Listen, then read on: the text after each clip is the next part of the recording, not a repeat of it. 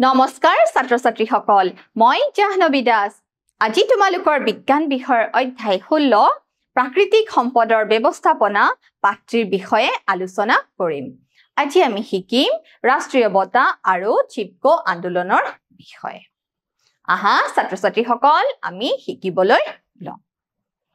আমি আগৰ ক্লাছত বিভিন্ন প্ৰাকৃতিক সম্পদসমূহ বন্যপ্ৰাণী সংৰক্ষণ বনাঞ্চল আৰু অংশীদাৰ সমূহৰ বিষয়ে আলোচনা কৰিছো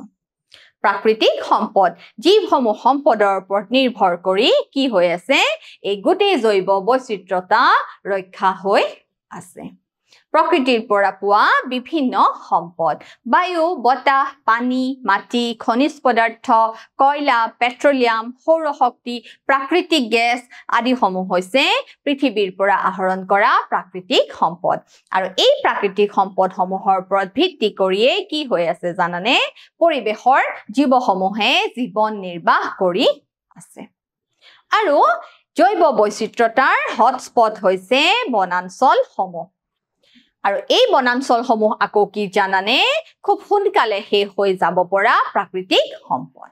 বনাঞ্চল সমূহত বিভিন্ন ধৰণৰ প্ৰজাতিৰ পোৱা যায় বিভিন্ন প্ৰজাতিৰ ব্যাক্টেৰিয়া বিভিন্ন প্ৰজাতিৰ ভেঁকুৰ ফাৰ্ন সপুষ্পক উদ্ভিদ অপুষ্পক উদ্ভিদ বিভিন্ন জীৱ-জন্তু চৰাই পক্ষী কৃমি সৰীসৃপ জাতীয় জীৱ-জন্তু আদি বিভিন্ন জীৱ-জন্তুসমূহ ক'ত পোৱা যায় বনাঞ্চলত পোৱা যায় আৰু এই বনাঞ্চল সমূহৰ কি আছে জানানে অংশীদাৰ সমূহ আছে অংশীদাৰ সমূহ হৈছে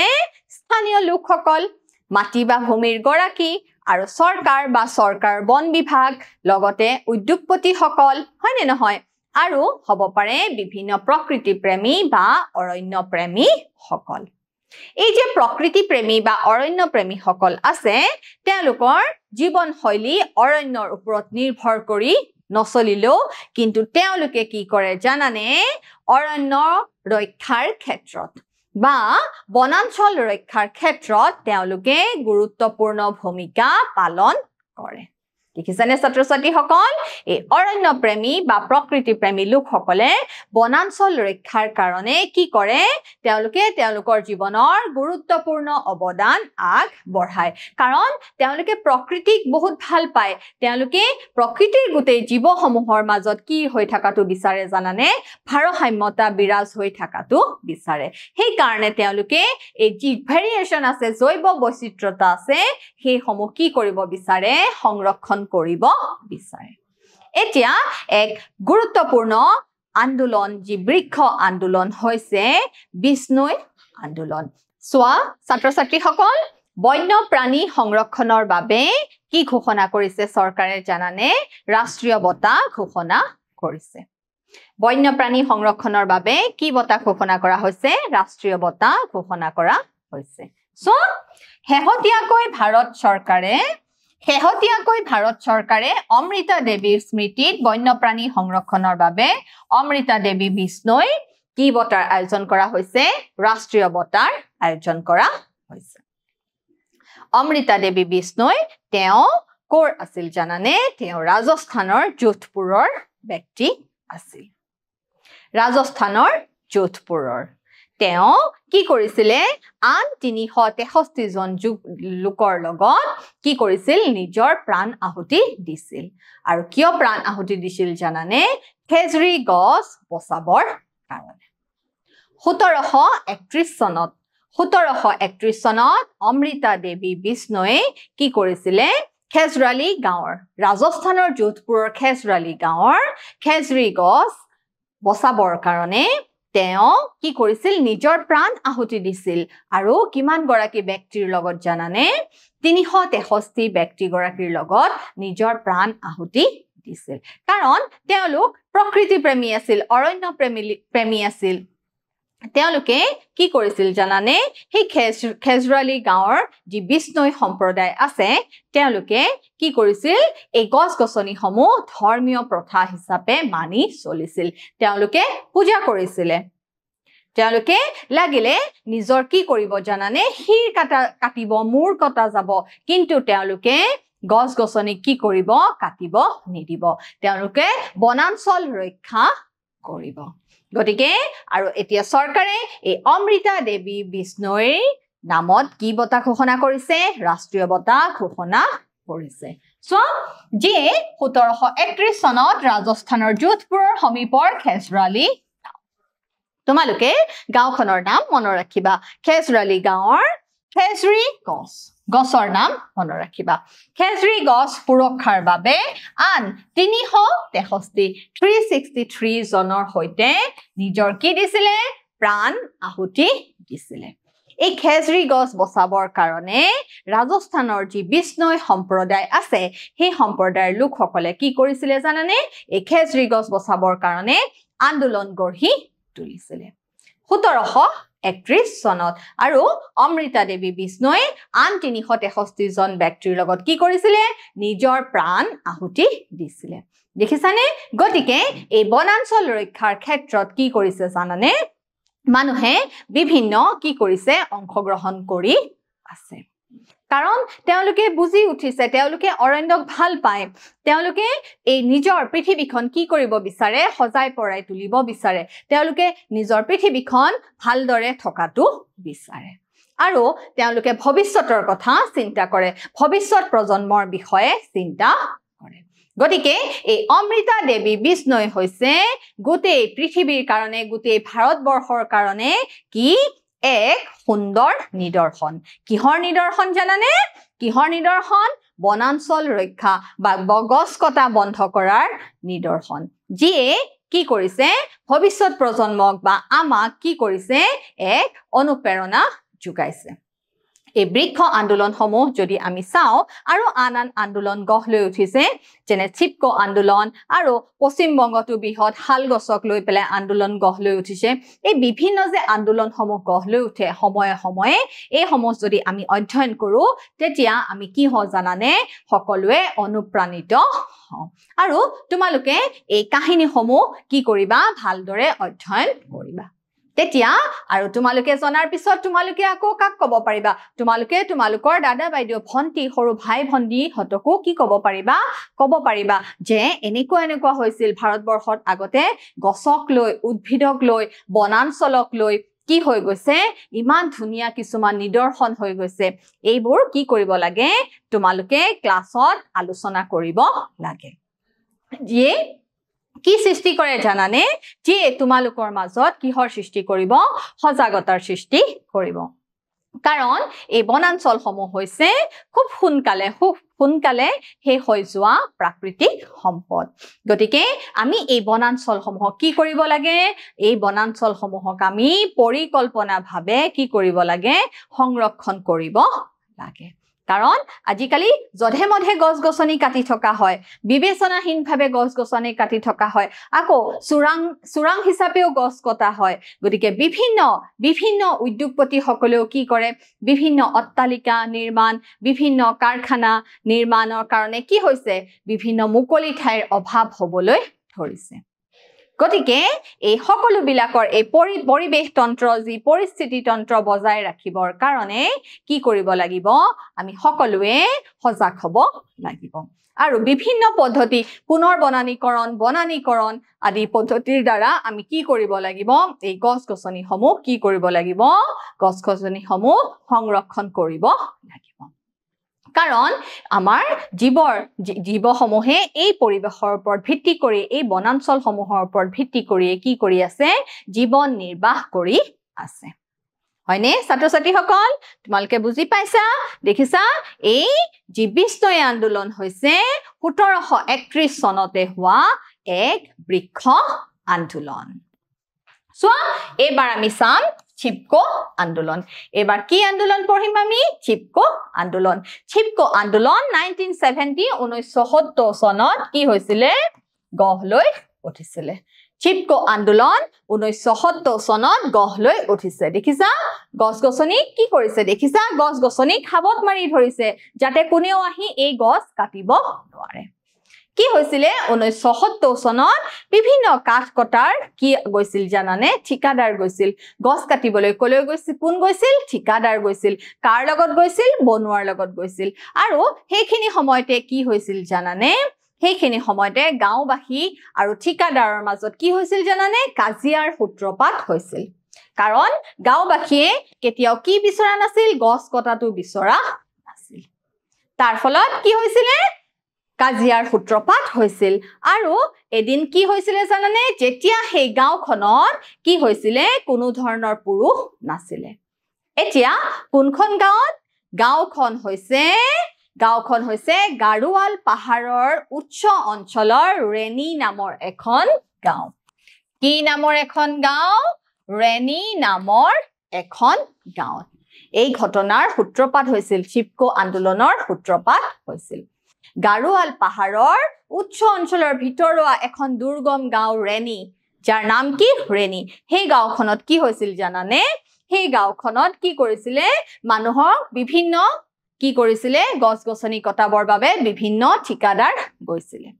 আৰু গাঁওবাসীৰ মাজত কি হৈছিল কাজিয়া হৈছিল তেতিয়া ঠিকাদাৰসকলে কাজিয়া কৰি গুচি গৈছিল কিন্তু এদিন যেতিয়া সেই গাঁওখনত কোনো ধৰণৰ পুৰুষ নাছিল সেই সুযোগ লৈ পেলাই কি কৰিলে আকৌ ঠিকাদাৰে বনুৱাসকল লৈ পেলাই ঠিকাদাৰে আকৌ বনুৱাসকল লৈ পেলাই কি কৰিবলৈ গ'ল কাঠ কাটিবলৈ গ'ল বা গছ কাটিবলৈ গ'ল তেতিয়া কি হৈছিল গাঁৱৰ যি মহিলাসকল আছিল সেই মহিলাসকল কি হৈ গ'ল তেতিয়া উপায়ন্তৰ হৈ গ'ল এতিয়া কি হ'ব এতিয়া গছ-গছনি কাটি পেলাব এতিয়া শেষত মহিলাসকলে কি কৰিলে জানানে সাহসিকতাৰ প্ৰমাণ দিলে গোটেই মহিলাসকলে ওলাই আহি গোটেই গছ-গছনি কি কৰিলে জানানে এজনী এজোপা গছক হাবত মাৰি ধৰিলে যে গছ কটাৰ আগতে প্ৰথমে কি কৰিব লাগিব তাহাতক মাৰিব লাগিব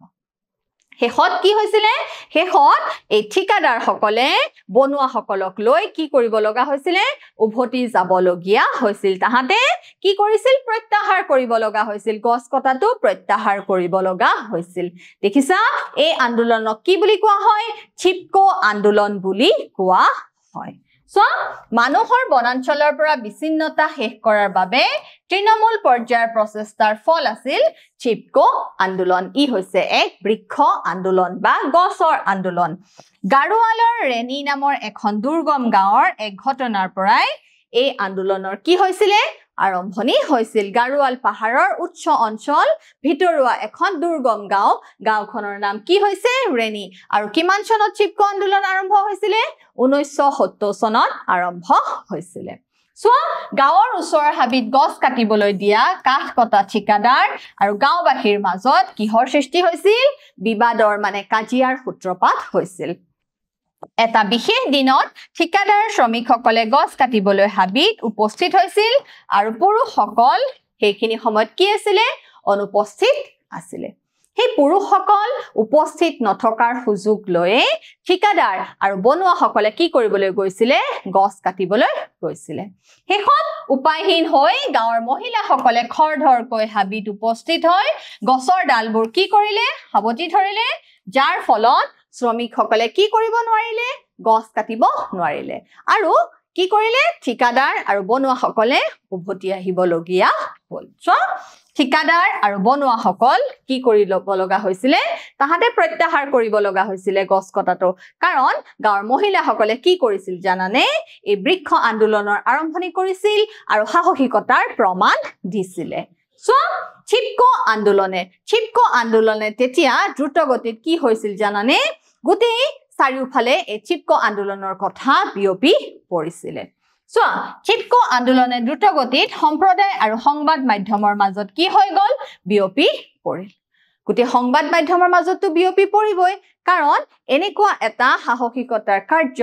নিশ্চয় সকলোলৈকে কি হৈ যাব বিয়পি পৰিব আৰু সকলোৰে কাৰণে কি উৎস অনুপ্ৰেৰণাৰ উৎস বনাঞ্চলখন যাৰ অন্তৰ্গত চৰকাৰক বনজ উৎপাদিত সামগ্ৰীৰ ব্যৱহাৰৰ ক্ষেত্ৰত নিজৰ অগ্ৰাধিকাৰৰ বিষয়ে পুনৰ চিন্তা কৰিবলৈ কি কৰালে বাধ্য কৰালে দেখিছা চৰকাৰখনক অনুভৱ কৰালে যে এই বনজ সম্পদসমূহ কি হয় জানানে নিজৰে হয় গতিকে সকলো সংবাদ মাধ্যম গাঁৱৰ সকলো ক্ষেত্ৰ বিভিন্ন দূৰ-দূৰণিৰ ক্ষেত্ৰলৈ এই চিপকো আন্দোলন কি হৈ পৰিল বিয়পি পৰিল এবাৰ চোৱা বনাঞ্চল ব্যৱস্থাপনাত মানুহৰ অংশগ্ৰহণৰ উদাহৰণ বনাঞ্চল ব্যৱস্থাপনাত মানুহৰ অংশগ্ৰহণৰ বিভিন্ন উদাহৰণ আছে তাৰে কি এক উদাহৰণ আছে জানানে দক্ষিণ পশ্চিম বংগৰ সোৱা 1972 চনত পশ্চিম বংগ বন বিভাগে ৰাজ্যখনৰ দক্ষিণ পশ্চিম জিলাসমূহৰ অবক্ষয়ী খালগছৰ বনাঞ্চল পুনৰুজ্জীৱিত কৰাৰ ক্ষেত্ৰত নিজৰ ব্যৰ্থতা কি কৰিছিল জানানে স্বীকাৰ কৰিছিল 1972 চনত পশ্চিম বংগ বন বিভাগে ৰাজ্যখনৰ দক্ষিণ পশ্চিম জিলাসমূহৰ 1972 চনত পশ্চিম বংগৰ বন বিভাগে দক্ষিণ পশ্চিম জিলাখনৰ যি কি আছে বনাঞ্চল আছে যত কি গছ আছে জানানে হাল গছ আছে হাল গছৰ বনাঞ্চলসমূহ কি কৰিব পৰা নাছিলে সংৰক্ষণ কৰিব পৰা নাছিলে তাৰ ফলত তেওঁলোকে কি কৰিছিল জানানে এই কথাটো স্বীকাৰ কৰিছিলে পৰম্পৰাগত তদাৰক আৰু পৰিচালন ব্যৱস্থাই স্থানীয় লোকক প্ৰশাসনৰ পৰা সম্পূৰ্ণৰূপে বিচ্ছিন্ন হৈ পৰিছিল যাৰ ফলত বন বিষয়া আৰু গাঁৱৰ মানুহৰ মাজত কি হৈছিল জানানে সঘনাই সংঘৰ্ষ হৈছিল কাৰণ এই গছ-গছনিৰ হাল গছৰ বনাঞ্চলৰ যি সংৰক্ষণ ব্যৱস্থা তাৰ ওপৰত কি হৈছিল যি স্থানীয় লোক আছিল জনসাধাৰণ আছিল গাঁওবাসী আছিল হিহত কি হৈ গৈছিল হিহত খুব ক্ষুব্ধ হৈ গৈছিল কাৰণ সৰকাৰে বন বিভাগে সেই হাল গছসমূহ সংৰক্ষণ কৰিব পৰা নাছিল ফলত দুই পক্ষৰ মাজত কি সৃষ্টি হৈছিল কাজিয়াৰ সৃষ্টি হৈছিল বিভাগে নিজৰ কৌশল সলনি কৰি মিদনাপুৰ জিলাৰ আৰবাৰী বনাঞ্চলত কি কৰিলে জানানে আৰম্ভণি কৰিলে আৰু এই ক্ষেত্ৰত এজন বন বিষয়া একে বেনাৰ্জী তেওঁ কি কৰিলে জানানে তেওঁ গুৰুত্বপূৰ্ণ ভূমিকা পালন কৰিলে সোৱা ছাত্ৰ-ছাত্ৰীসকল এজন বন বিষয়াৰ জুৰত একে বেনাৰ্জী নামটো তোমালোকে মনত ৰাখিবা একে বেনাৰ্জী গাঁওবাসীয়ে 1.272 হেক্টৰ বেয়াকৈ অবক্ষয় হোৱা হাল বনাঞ্চলৰ সুৰক্ষাৰ কামত কি হৈ গৈছিল জড়িত হৈ পৰিছিল এই বন বিষয়াজনৰ জুৰত একে বেনাৰ্জী আৰু গাঁওবাসী লগ হৈ কিমান হেক্টৰ মাটি জানানে 1.272 হেক্টৰ বেয়াকৈ অবক্ষয় হোৱা হাল গছৰ বনাঞ্চল তা কি কৰিব ধৰিলে আকৌ পুনৰুজ্জীৱিত কৰিব ধৰিলে সুৰক্ষাৰ ক্ষেত্ৰত সহায়ৰ বিনিময়ত গাঁৱৰ লোকসকলক বন খেতি আৰু চপোৱা দুয়োটা কামতে কি দিয়া হৈছিল কৰ্ম সংস্থাপন দিয়া হৈছিল দেখিছানে ইয়াৰ পৰা আকৌ স্থানীয় লোকসকল গাঁওবাসীসকল কি হৈছিল জানানে লাভান্বিত হৈছিল কাৰণ তেওঁলোকক কি কৰিছিল তেওঁলোকক বিভিন্ন কামত নিয়োজিত কৰিছিল চপোৱা সম্পদৰ 25% আৰু নামমাত্ৰ মাছুল দি ইন্ধন কাঠ আৰু খাদ্য সংগ্ৰহৰ কি দিয়া হৈছিল অনুমতি দিয়া হৈছিল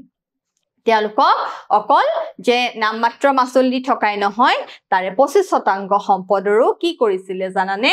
সংগ্ৰহৰ অনুমতি দিয়া হৈছিল গতিকে সোৱা ছাত্ৰ-ছাত্ৰীসকল এই একে বেনাৰ্জী আৰু বন বিষয়া যি একে বেনাৰ্জী আৰু গাঁওবাসী আছে লগ হৈ পেলাই 1.27 হেক্টৰ মাটিৰ বনাঞ্চল কি কাঠৰ বনাঞ্চল হাল কাঠ বা হাল গছৰ বনাঞ্চলক কি কৰি তুলিছিলে পুনৰুজ্জীৱিত কৰি তুলিছিলে যি কি কৰিব পৰা নাছিলে যি পশ্চিম বংগৰ বন বিভাগ ব্যৰ্থ হৈছিল যি ক্ষেত্ৰত কোন ব্যৰ্থ হৈছিল পশ্চিম বংগৰ বন বিভাগ ব্যৰ্থ হৈছিল ফলত সেই ব্যৰ্থতা কোনে আকৌ সাৰ্থক কৰি তুলিছিলে গাঁওবাসী আৰু এজন বন বিষয়া যাৰ নাম একে বেনাৰ্জী এই দুই পক্ষ লগ হৈ পেলাই কি কৰিছিলে হাল গছৰ বনাঞ্চলসমূহক আকৌ কি কৰিছিলে পুনৰ জীয়াই তুলিছিলে স্থানীয় জনগোষ্ঠীৰ সক্ৰিয় আৰু ইচ্ছাকৃত অংশগ্ৰহণেৰে আৰবাৰীৰ হাল বনাঞ্চলসমূহ নামটো তোমালোকে মনত ৰাখিবা আৰবাৰী হাল বনাঞ্চলসমূহ কি কৰিছিলে পুনৰুজ্জীৱিত কৰিছিলে এক উল্লেখযোগ্য পুনৰুদ্ধাৰ লাভ কৰে আৰু 1983 চনলৈকে পূৰ্বতে মূল্যহীন এখন অৰণ্যৰ মূল্য কিমান কোটি টকা হলগে দেখিছানে কিমান কোটি টকা মূল্য হৈ গল 12.5 কোটি টকাৰ মূল্য সম্পদ হৈ পৰিলে দেখিছানে 1983 চনলৈকে সেই বনাঞ্চল কি হৈ আছিল মূল্যহীন হৈ আছিল আৰু সেই মূল্যহীন বনাঞ্চলক 12.5 কোটি টকাৰ কিহলৈ পৰিৱৰ্তন কৰিলে এখন হাল বনাঞ্চল ভূমিলৈ পৰিৱৰ্তন কৰিলে কোনে কৰিলে গাঁওবাসী মানুহৰ অংশগ্ৰহণ সেই গাঁওবাসীৰ অংশগ্ৰহণৰ দ্বাৰা আৰু এজন বন বিষয়াৰ জুৰত দেখিছেনে 1.272 হেক্টৰ মাটিৰ হাল বনাঞ্চল কি হল সংৰক্ষণ হল গতিকে ছাত্ৰ ছাত্ৰীসকল বনাঞ্চল সংৰক্ষণৰ ক্ষেত্ৰত বিভিন্ন প্ৰকৃতি প্ৰেমী অৰণ্য প্ৰেমী বা স্থানীয় লোকসকলে বিভিন্ন লোকসকলে কি কৰিছে জানানে গুৰুত্বপূৰ্ণ অৱদান আগবঢ়াই আহিছে আৰু এই অৱদানৰ আটাইতকৈ উল্লেখযোগ্য আন্দোলন হৈছে বিষ্ণৈ আন্দোলন আৰু চিপকো আন্দোলন যি বিষ্ণৈ আন্দোলন 1931 চনত হৈছিল আৰু চিপকো আন্দোলন 1970 চনত হৈছিল এতিয়া তোমালোকে মোক এটা পৰীক্ষা দিব লাগিব মোৰ প্ৰথম প্ৰশ্ন হৈছে বিষ্ণৈ আন্দোলন তলৰ কোনবিধ গছৰ লগত জড়িত হাল গছ খেজুৰী গছ চেগুন গছ হলং গছ উত্তৰটো কোৱা জলদি কি গছৰ লগত জড়িত খেজুৰী গছৰ লগত জড়িত মোৰ দ্বিতীয় প্ৰশ্নৰ উত্তৰ দিয়া এতিয়া তোমালোকে ছাত্ৰ ছাত্ৰী চিপকো আন্দোলনৰ সূত্ৰপাত হৈছিল চিপকো আন্দোলনৰ সূত্ৰপাত কিমান চনত হৈছিল চিপকো আন্দোলনৰ সূত্ৰপাত 1969 1970 1971 1972 কিমান চনত হৈছিল উত্তৰটো হ'ব খ মানে 1970 ক'ত হৈছিল চিপকো আন্দোলন গাৰুৱাল পাহাৰৰ উচ্চ অঞ্চলৰ এখন দুৰ্গম গাঁও ভিতৰুৱা গাঁওখনৰ নাম আছিল ৰেনী তাতে কি আন্দোলন গঢ় লৈ উঠিছিল চিপকো আন্দোলন গঢ় লৈ উঠিছিল আৰু এই চিপকো আন্দোলন দেশৰ বিভিন্ন ঠাই আৰু সংবাদ মাধ্যম আৰু চৰকাৰৰ মাজত কি কৰিছিল খলকনি সৃষ্টি কৰিছিল দেখিছা ছাত্ৰ ছাত্ৰীসকল এই বন্যপ্ৰাণী সংৰক্ষণ বনাঞ্চল সংৰক্ষণৰ ক্ষেত্ৰত মানুহে কি কৰিছে বিভিন্ন উপায়েৰে বিভিন্ন সময়ত বিভিন্ন উপায়েৰে কি কৰি আহিছে কাম কৰি আহিছে গতিকে ছাত্ৰ ছাত্ৰীসকল আশা কৰিছো তোমালোকে বুজিবলৈ সক্ষম হৈছা ঘৰত ৰেগুলাৰ পঢ়া শুনা কৰি থাকিবা আজিলৈ আহো ধন্যবাদ